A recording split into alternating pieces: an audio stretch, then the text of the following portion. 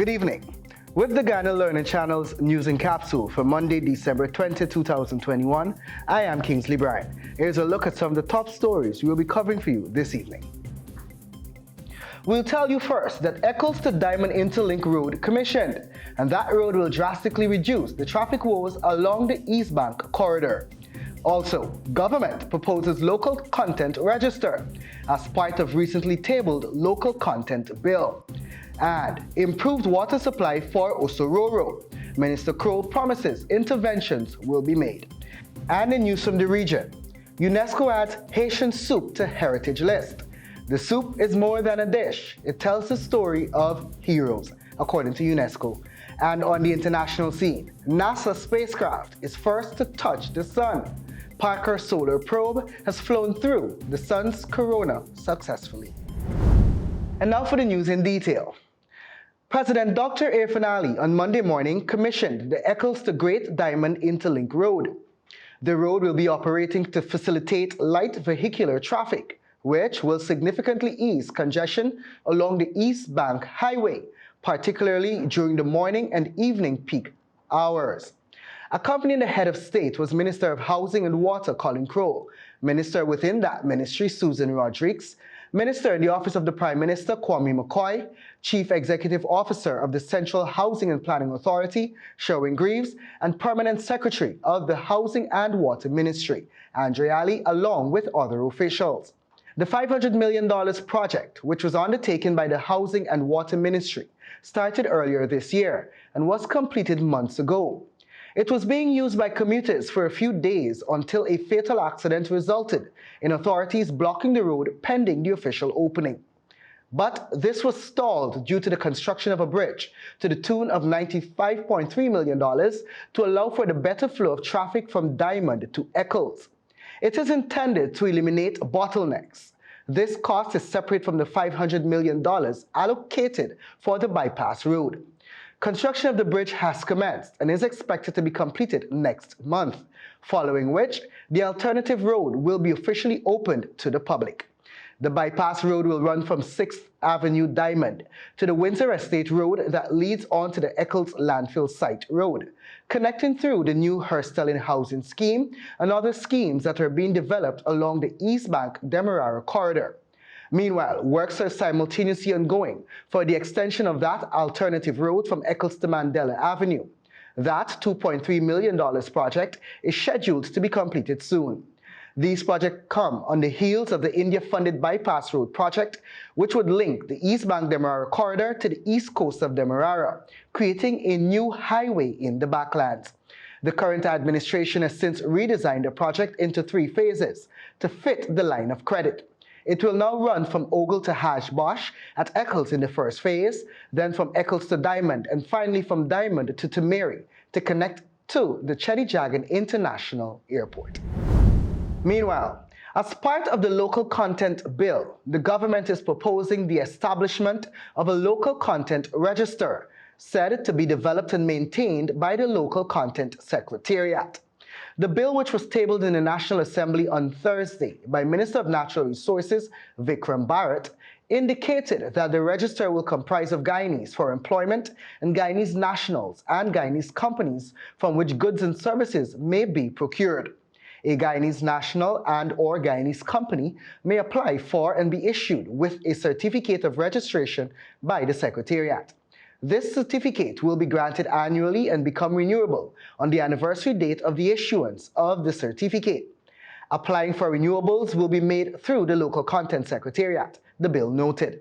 Following the issuance of the document, qualified Guyanese and Guyanese companies will be added to the Local Content Register. The bill noted, however, that should the status of citizenship of the national or composition of the company be changed, then the Secretariat should immediately be informed of such. If a person who fails to notify the body of this change commits an offense, then that person is liable to a fine of $1 to $5 million. In addition, the individual or company will be struck off the register. The Natural Resources Minister, during an interview with the National Communications Network, shared that the government is hoping to create 2 registers, one to deal with employment and the other to deal with the provisions of goods and services. The Local Content Bill, which looks to give Guyanese first preference in knowledge sharing in the oil and gas sector, lays out 40 services that oil companies and their subcontractors must procure from Guyanese companies and Guyanese nationals by the end of 2022.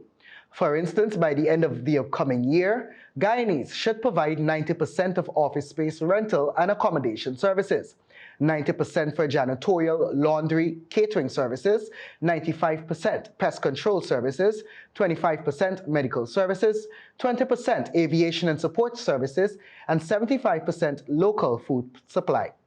These are just a few of the services highlighted in the schedule. And we'll tell you now that residents of Hosororo in the Mabaruma Subdistrict, Region 1, are expected to benefit from improved water supply next year. Minister of Housing and Water, Colin Crowell, said the community has been receiving water on a rotation system. Open quote, "You receive water from the Wanaina system, and so we are seeking to interlink the source of Mabaruma to the source at Barabina and the source here in Hosororo." End of quote.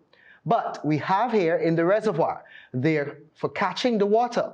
We have two issues here. One being the rainwater being caught is not settled but disturbed, which is causing a problem for the pumps system. Secondly, the generator system at Wanaina is an older one, end of quote, according to Minister Crow. The Housing Minister further relayed that the ministry will procure a generator funded through the 2022 budget to replace the current system. In addition, the ministry will realign the pipeline systems linking Mabaruma, Barabina, and Wawaina to boost the water supply delivery. An electrometer will also be connected to the national grid to pump water when needed, while several wells will be drilled in communities like Wauna and Cans Hill.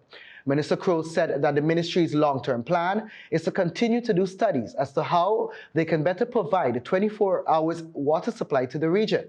So bear with them for another month and few days, according to the minister. Earlier this year, the Ghana Water Incorporated conducted an assessment of the region's water system, as there has been calls for the expansion of the distribution networks and hours of supply. Yarakita, Kamwata, Whitewater, Hosororo Falls, and Cans Hill were among the various communities visited by the water company's technical team. And in the world of sports, the first ever sports academy in Ghana was launched on Saturday at the National Racquet Center and at the Cliff Anderson Sports Hall, as 2 of the 12 sporting activities being offered commenced. The 2 sporting activities are football and squash.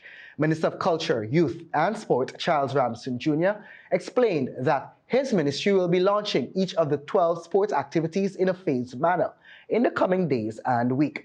The minister also stated that the Sports Academy is one that is similar to the education system, as it allows the athletes to progress in various stages.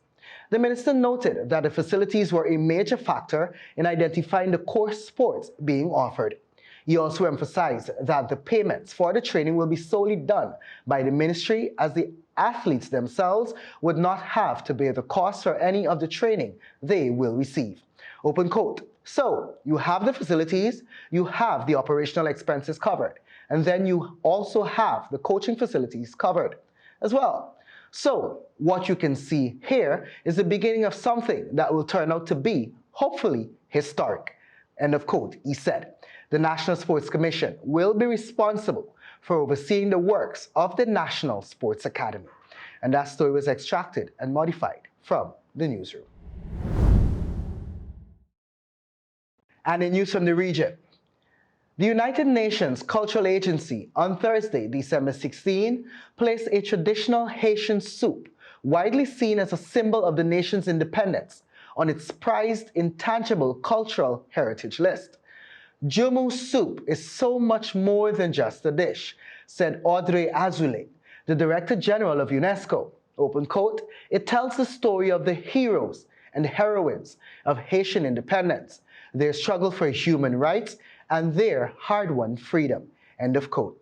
The squash-based soup became a symbol of things long forbidden to slaves under French domination until Haiti gained independence on January 1, 1804. as the first nation created by insurgent black slaves. They celebrated their freedom by finally consuming the soup, and Haitians traditionally serve it on New Year's Day to commemorate the anniversary of liberation from slavery. UNESCO said its Intangible Cultural Heritage Committee awarded Jumu soup protected status at its meeting on Thursday. The Intangible Heritage List aims to improve the visibility of traditions and know-how of communities around the world, ranging from Arabic calligraphy to Italian truffle hunting. Other Caribbean traditions that are included on the list are Jamaica's reggae music, which was recognized in 2018 because it represents a vehicle of social commentary. And that story was extracted and modified from Loop Caribbean News. And on the international scene, 60 years after NASA set the goal and 3 years after its Parker solar probe launched, the spacecraft has become the first to touch the sun. The Parker solar probe has successfully flown through the sun's corona, or upper atmosphere, to sample particles and our star's magnetic fields. Parker solar probe touching the sun is a monumental moment for solar science and a truly remarkable feat, said Thomas Zurbuchen, the Associate Administrator for NASA's Science Mission Directorate, in a statement. Open quote, "Not only does this milestone provide us with deeper insights into our sun's evolution and its impacts on our solar system, but everything we learn about our own star and also teaches us more about stars in the rest of the universe." End of quote. The announcement was made at the 2021 American Geophysical Union Fall Meeting in New Orleans on Tuesday, and research on the solar milestone has been published in the Physical Review Letters. The Parker Solar Probe launched in 2018 and set out to circle closer and closer to the sun. Scientists, including the spacecraft's namesake astrophysicist, Eugene Parker, want to answer fundamental questions about the solar wind that streams out from the sun, flinging energetic particles across the solar system. The sun's corona is much hotter than the actual surface of the star, and the spacecraft could provide insight about why. The corona is 1 million Kelvin, or 1.8 million degrees Fahrenheit at its hottest point, while the surface is around 6,000 Kelvin, or 10,340 degrees Fahrenheit. The spacecraft has already revealed surprising findings about the sun, including the 2019 discovery of magnetic zigzag structures in the solar wind called switchbacks. And that story was extracted and modified from CNN. And that's our news broadcast for Monday, December 20, 2021. Please join us for a rebroadcast tomorrow morning. On behalf of myself and technical team, thanks for watching. Please stay tuned to our regular programming. And remember to observe all the necessary precautionary methods to fight off COVID-19. And do get vaccinated. Have a safe evening.